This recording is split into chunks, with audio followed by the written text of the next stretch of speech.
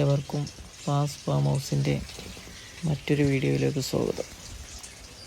2 ദിവസത്തെ ശക്തമായ മഴയ്ക്ക് ശേഷം നമുക്ക് ചെറുതായിട്ടൊരു വെയിലുണ്ട് കേട്ടോ രാവിലെ തന്നെ.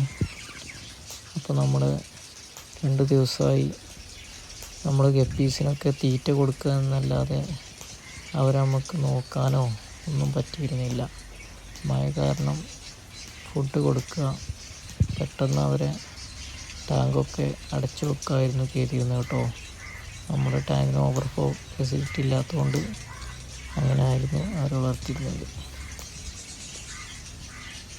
നമ്മളിവിടെ 2 വിധത്തിലുള്ള ഗപ്പീസിനെയാണ് വളർത്തുന്നത് കേട്ടോ. അതിലെ ചില്ലി മൊസൈക്ക് ഗംബോയിറ കേട്ടോ ഇപ്പോൾ ഈ വീഡിയോയിൽ കാണുന്നത്. അതുപോലെ തന്നെ നമ്മുടെ കയ്യിൽ പർപ്പിൾ ബെറി, ഡ്രാഗൺ, ഈ 2 വെറൈറ്റീസാണ് നമ്മൾ വളർത്തുന്നത്. നല്ല ക്യൂട്ടായിട്ട് നല്ല ഭംഗിയുള്ള ഗപ്പീസാണ് കേട്ടോ. ഇവ രണ്ടും ഒരുപാട് ഇഷ്ടപ്പെട്ട് മേടിച്ച ഗപ്പീസാണ്. കണ്ടില്ല അവരൊക്കെ, അവർ കളറ് തന്നെ എന്ത് ഭംഗിയാണ്. അവർ നല്ല ആനച്ചെവിയന്മാരായ ഗപ്പീസ്. ഒരുപാട് ഇഷ്ടം കേട്ടോ. ഈ ടൈപ്പ് നല്ല ക്യൂട്ട് ഗപ്പീസാണ്.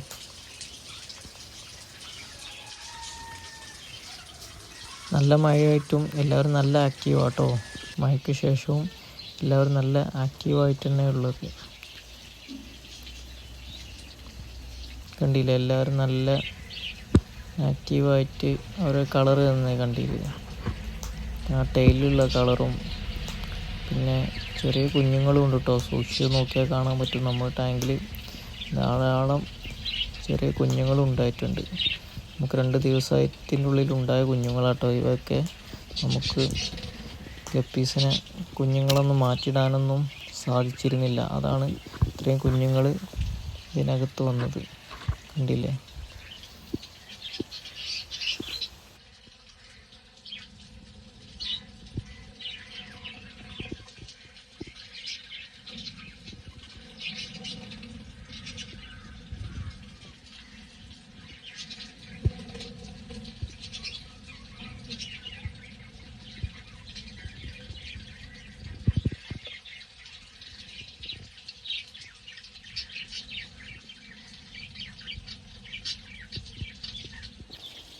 ഈ ടാങ്കിലാട്ടോ നമ്മൾ പർപ്പിൾ ബെറി ഡ്രാഗണെ നമ്മൾ വളർത്തുന്നത്. കണ്ടില്ലേ? അതിലാണെങ്കിൽ ധാരാളം കുഞ്ഞുങ്ങളുണ്ട്. നല്ല ക്യൂട്ട് കളറായിട്ടുള്ള ഡ്രാഗൺസ് ആട്ടോ നമ്മുടെ കയ്യിലുള്ളത്. ധാരാളം കുഞ്ഞുങ്ങളുണ്ടായിട്ടുണ്ട്. അവയൊക്കെ നമുക്ക് മറ്റൊരു ബേസിനായിട്ട് മാറ്റിയിടാം കേട്ടോ. ഒരുപാട് കുഞ്ഞുങ്ങളുണ്ട്. കണ്ടില്ലേ? എത്ര ഒരു കുഞ്ഞുങ്ങളാണ്. അവർക്ക് നമുക്ക് മാറ്റിയിടാം കേട്ടോ.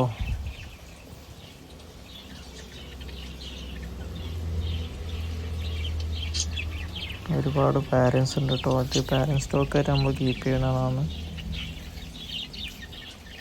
ഒക്കെ ഈ നമ്മുടെ വാട്ടർ പ്ലാന്റ്സിൻ്റെ അടിയിൽ ഒളിച്ച് നിന്നുകൊണ്ടാണ് കേട്ടോ എത്ര തവണ നമുക്ക് ബേബീസിനെ കിട്ടുന്നത്.